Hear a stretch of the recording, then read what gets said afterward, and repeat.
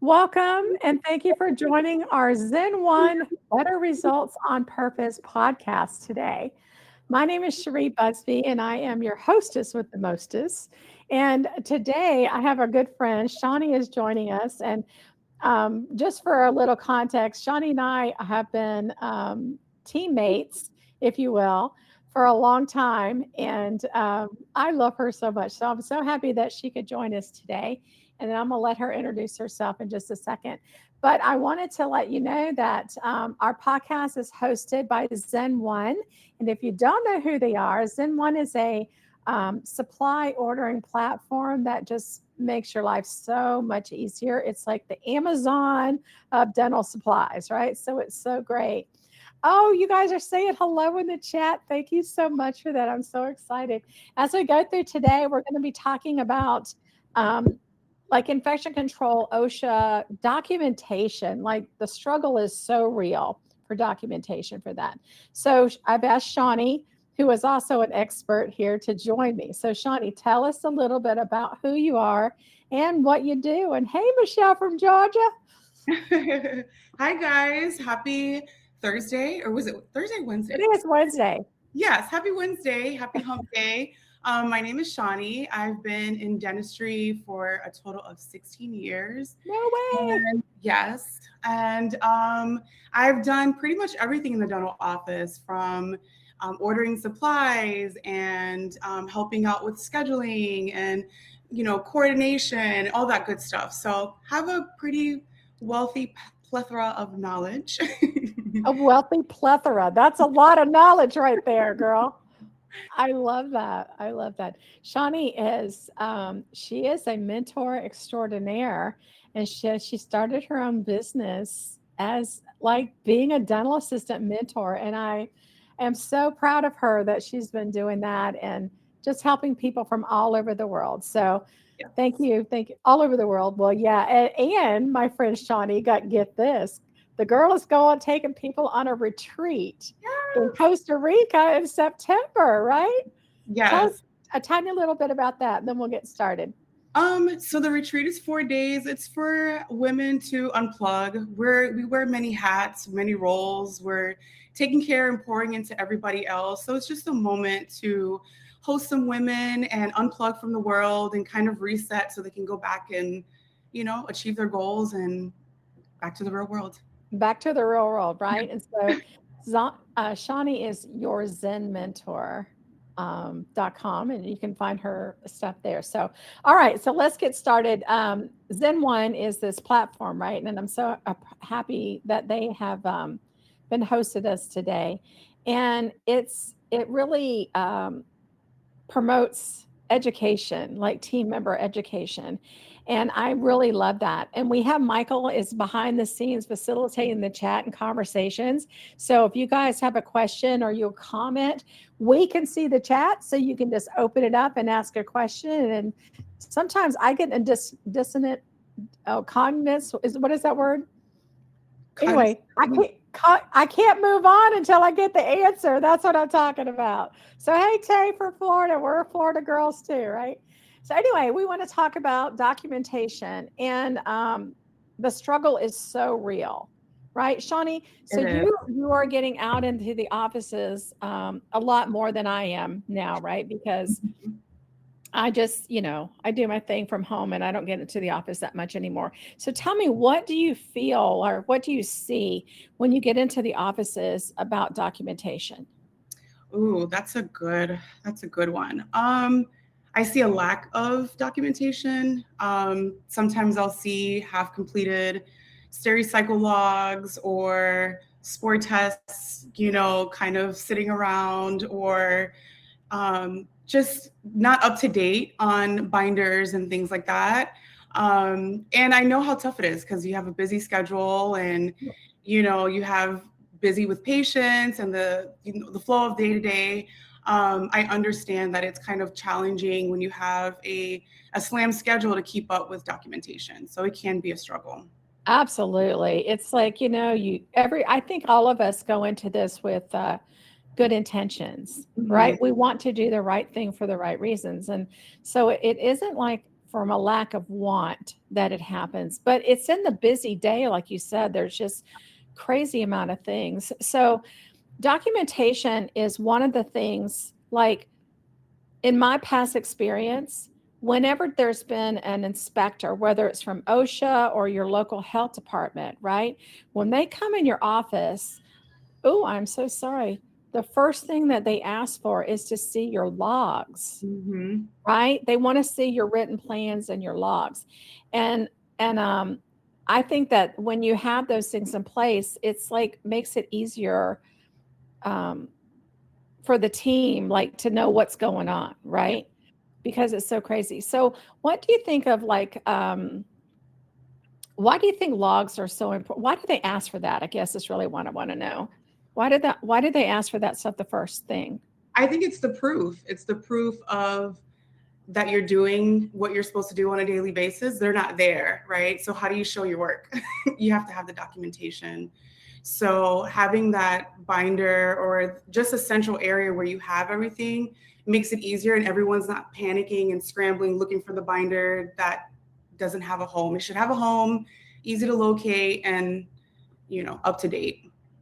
So do you think it's important for everybody to know what these binders, and in my life I call them SOP, standard operating procedures, right? So do you think it's important for everybody to know, or is that just like your safety officer, infection control coordinator, whatever you call that person in your office? Are they the only ones that need to know that, or is it something that everybody should? I feel like everybody should know teamwork makes the dream work. And as we know, there's lots of responsibilities in the office. So if you have someone that's dedicated to just make sure that everything's checking off and is up to date, that's great. But if everybody's aware of what needs to be updated and the hows and the whys behind of it, it makes it easier for the team to help hold each other accountable. And if somebody's out, for vacation, we know that the spore tests will get updated and where to store them. Oh, I love that. I love that. So I want to ask two questions. The first one is we're going to put a poll in the chat, and I want to know, is this your first time joining our ZenOne podcast, Better Results on Purpose, right? I just named that this week, so I'm so proud. I have to keep saying it so I remember. Yes, this is your first time. Thank you, guys. I love that. Here, Mike's got a poll for us. If you want to just choose your poll. First time. Thank you for joining. Thank you for joining. About half of you have voted there. Oh, getting more.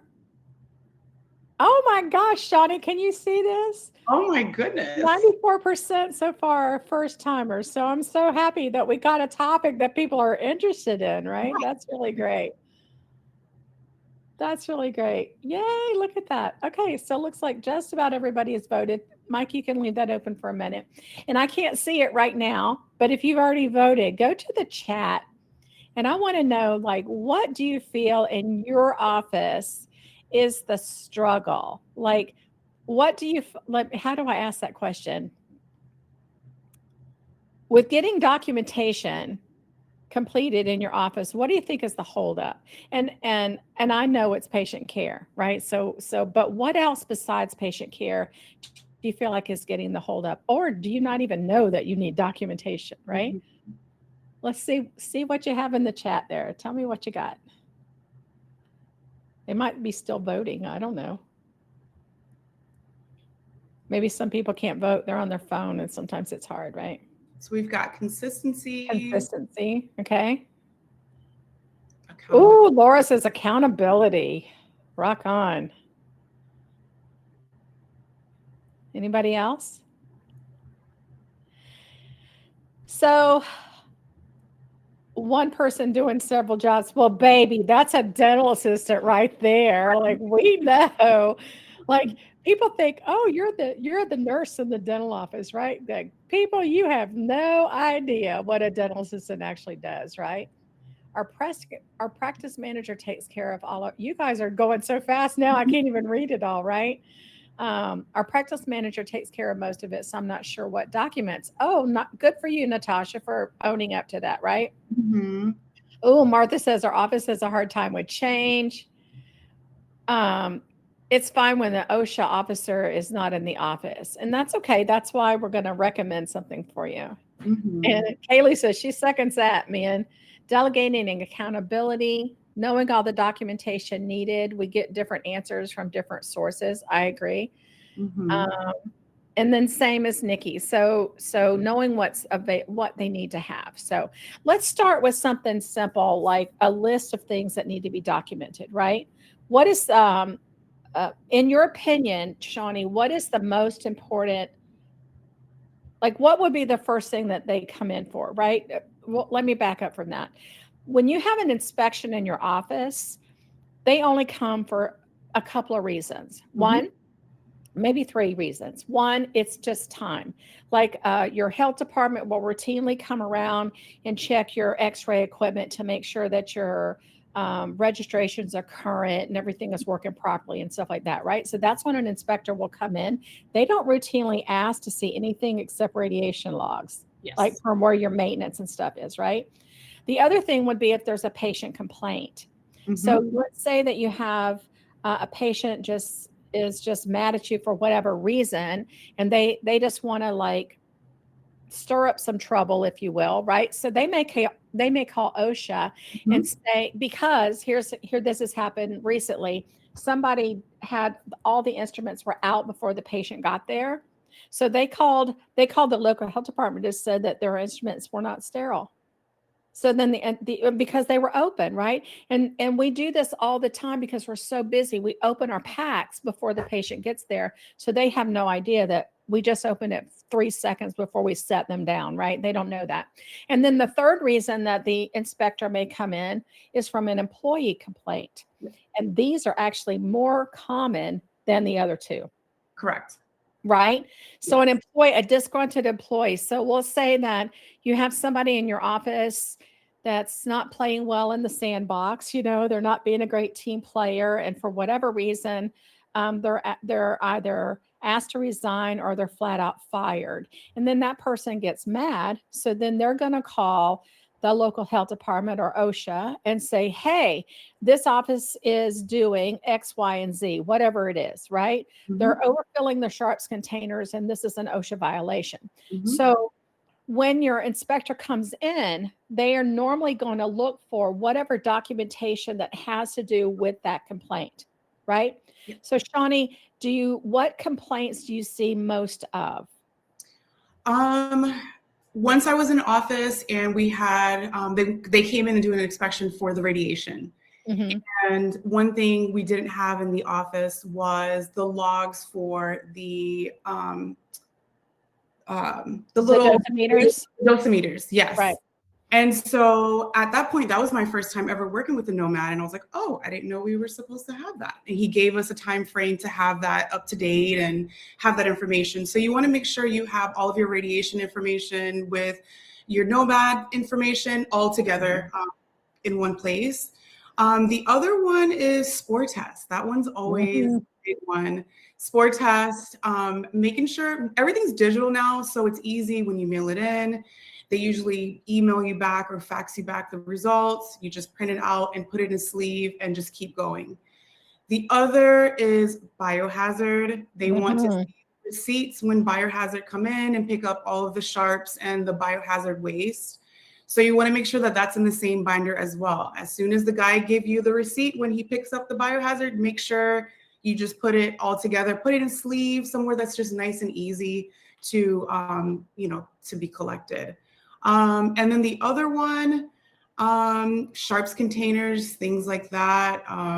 They want to make sure that the biohazard has a box and the box has a lid and the bag has a sticky with the address and the information for the office. And sharps containers have the little stickies. So they're looking for certain things depending on why they're coming out.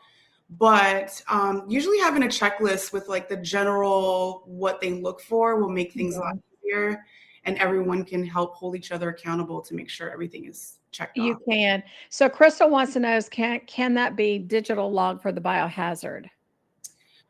I think it depends on who the biohazard carrier, right? Yeah, because a lot of times when the carrier comes, like I'm familiar with Stericycle is like who I'm familiar with.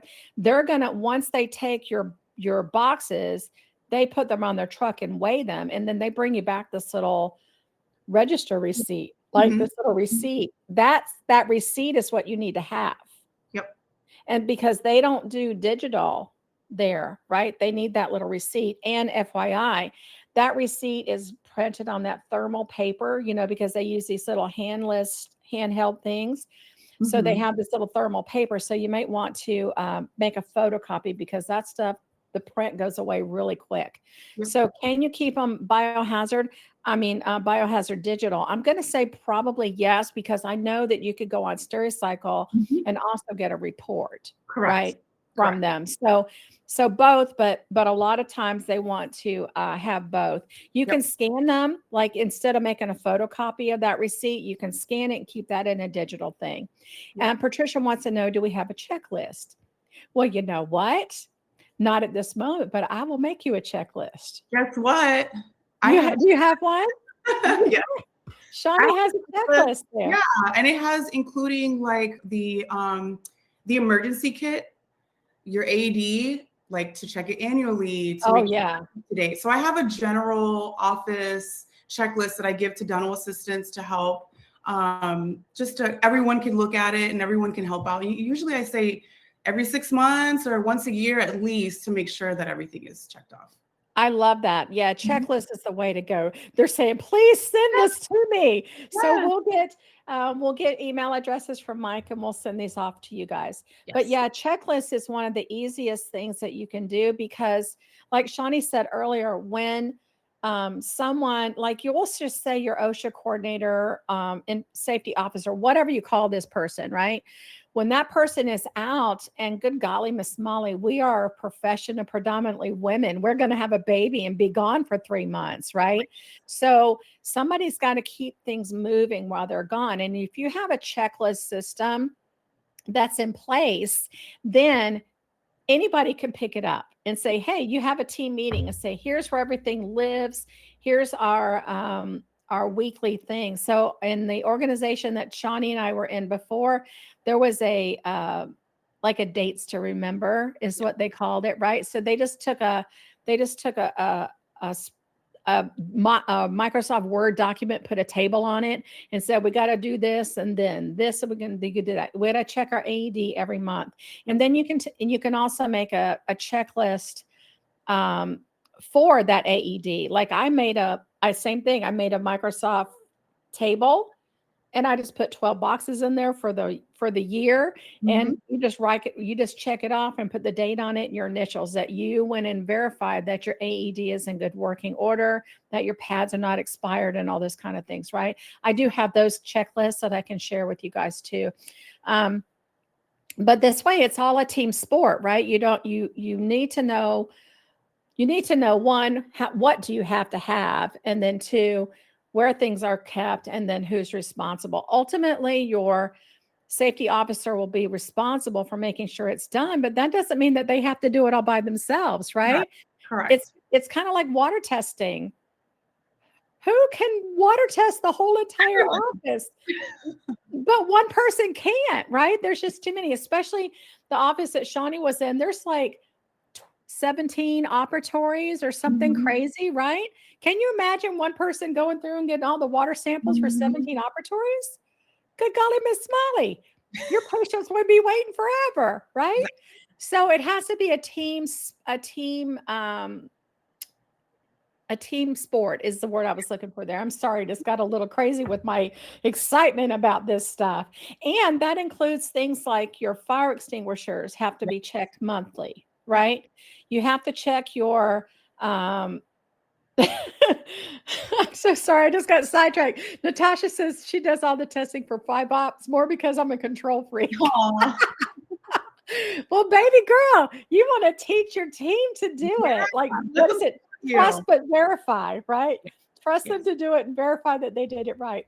But anyway, so you need to check your AED pads. I already said that. Your fire extinguishers, your exit signs out of your building. Those are all even licenses, like sometimes doctors' Oh, licenses yeah. expire, the radiation, expiration, like those are good to know because they do ask to see those whenever they come in for inspections. Yeah, and the radiation inspection stuff is pretty routine in most states, and that will be your local health department that comes in, right?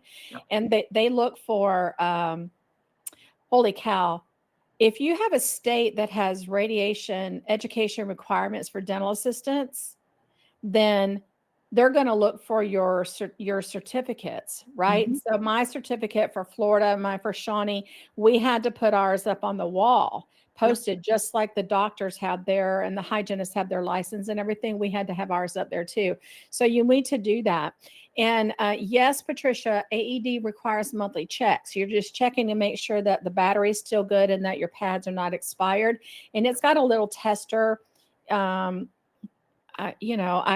friends at Health First provide most AEDs for the country. You know what I mean? And theirs has a little test that you can do that. Oh my goodness. Laura said nitrous oxide logs. You are so right. And your emergency oxygen, right? That has to have a monthly check. I was in this office in Georgia to see a friend. Anyway, I was in this office in Georgia, and their emergency oxygen hadn't been checked in so long that we looked at it, and as I was looking at it, the little tab on the bag fell off. Oh my It gosh. was dry rotted, right? It was dry rotted. So you want to check and make sure that all of your seals are good. You want to make sure that your bag inflates. If you go onto Porter, what is it called? Porter Equipment or Porter, you know who makes the nitrous oxide thing? It's Porter and Crane. That's what it is. If you go onto their website, they have a video that shows you how to do a monthly check on your emergency oxygen, right? Because you have to go through and inflate the bag. You need to breathe into it backwards, all these kind of things. So that's the requirements for those, Danielle. And I also have, I have a checklist for that one too. Yep. They also want to see emergency exit plans, CPR cards that are up to date, OSHA certifications after you've taken your OSHA classes, and HIPAA compliant, that needs to be in the binder. So there's lots of Lots of stuff, right? And I see Stacy put in there that in Iowa you have to have fire drills. I would recommend that you have fire drills way more often than once a year, especially if you have a team turnover, right? But have them periodically. And this is another thing: if your office offers sedation, either oral or IV sedation, you have to have full-on emergency drills as part of your license for that, right? So all of these things have to happen, but what's the most important part of it? Your documentation. Because if you can have your drills, you can check your AED, you can check your emergency oxygen, but if you don't write it down on some sort of listing or something to keep, you did not do it. Correct. Right? You have to have proof. It's just like your clinical notes. If you write, if you don't have a good clinical note, then there's something you didn't do. Like let's say, for instance, I would see notes all the time that people would say something about the rubber dam. Like it's got like a template that says rubber dam used, and they didn't even fill it out. So then the patient swallows something. You go to court, and the lawyer's going to nail you because, look, you had a rubber dam alternative there, and you didn't even use it. And if you used it, you didn't write it down, so you didn't use it, right? Yep. So autoclave logs are daily, weekly, and monthly. Thank you, Laura, for that. And as far as the autoclave, not just your spore tests, though, right? You need to have mechanical testing, right? You need to have mechanical testing. So what did that look like in your office, Chani? Because that's a pain in the butt to write down every single load, right? Yes, it is. How did you guys do it? I've been in offices that we've had a sterile tech, which is great. It's a blessing. Shout out to those who have it. It's such a nice feeling.